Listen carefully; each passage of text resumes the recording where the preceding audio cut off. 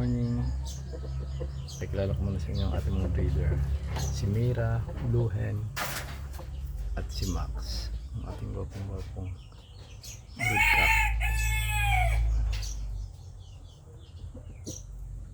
Ito naman ang ating mga Indio Gigante, 2-month-old. 4 sila. Hindi ko palang alam po sino ang hen at sino ang roe. Pero malalaki na po yan.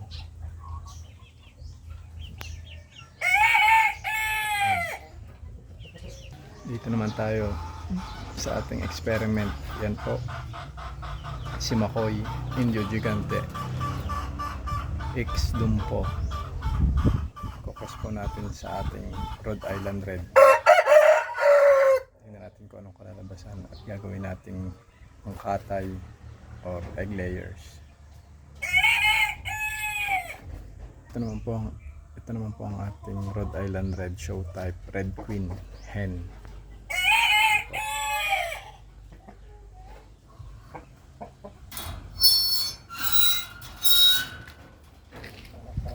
Ito naman sa kabila. Ito po ang ating Rhode Island Red Rooster Red Queen.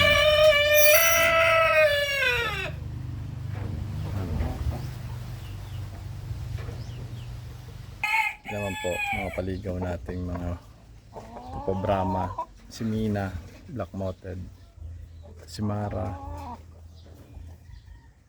Brahma, ex-native po yan pero ang laki. Ito naman po si Mona, Splash, Brahma Hen.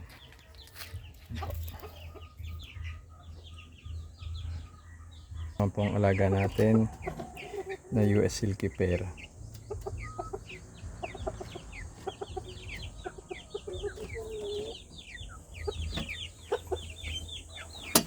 Ito po.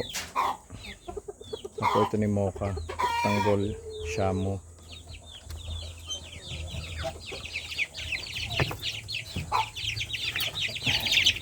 Ito naman po ang ating mga upgraded native chicks, 10 pieces.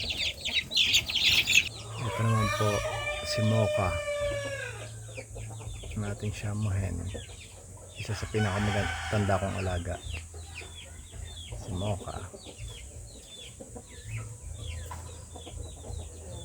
Ito naman po anak ni Mocha, bali pampered batch na po yan, kamukha ng tatay niya.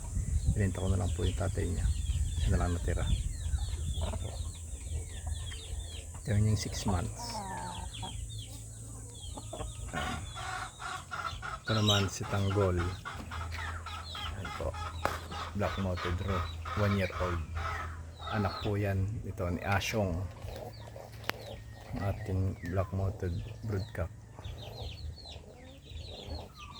2 years old.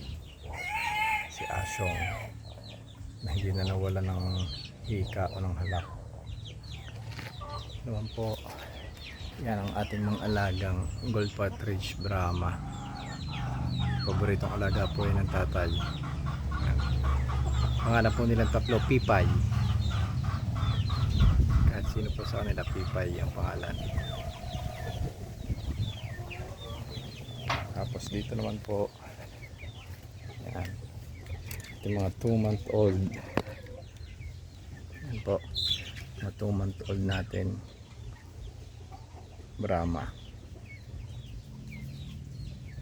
Blue X Gold Partridge X Black Mounted.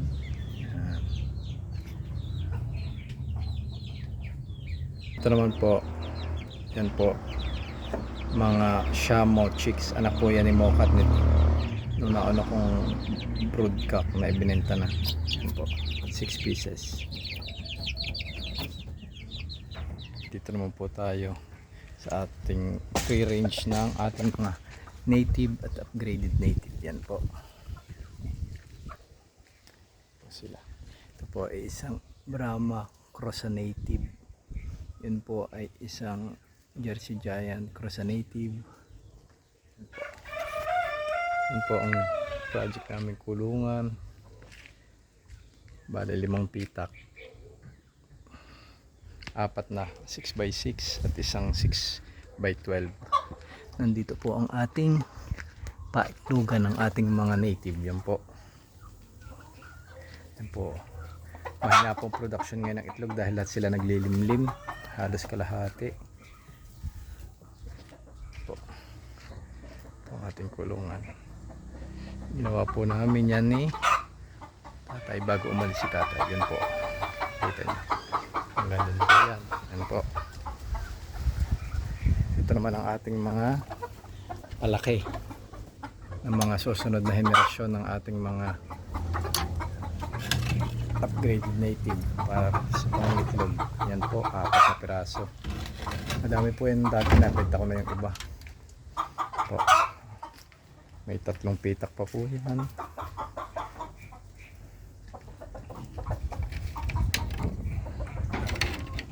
Yan po.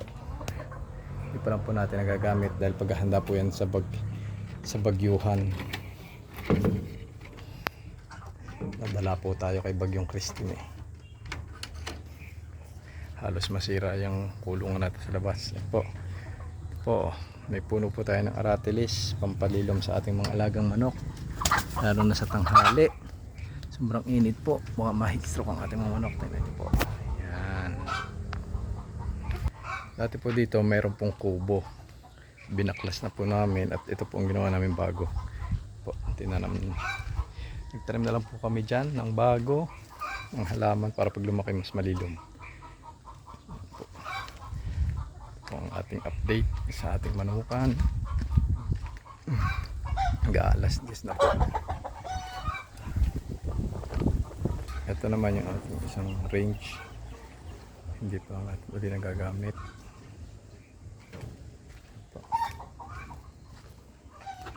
Ito naman ang sunod mga mga pangkatay, pambenta. Yan po. At ito naman po yung ating mga hen extra, mga galing sa paglilimlim. Yan, quarantine. Yan, may mga sipon. Inalis po natin yan, mga palakpak po natin yan. Puno po ng duhat, mulberry po.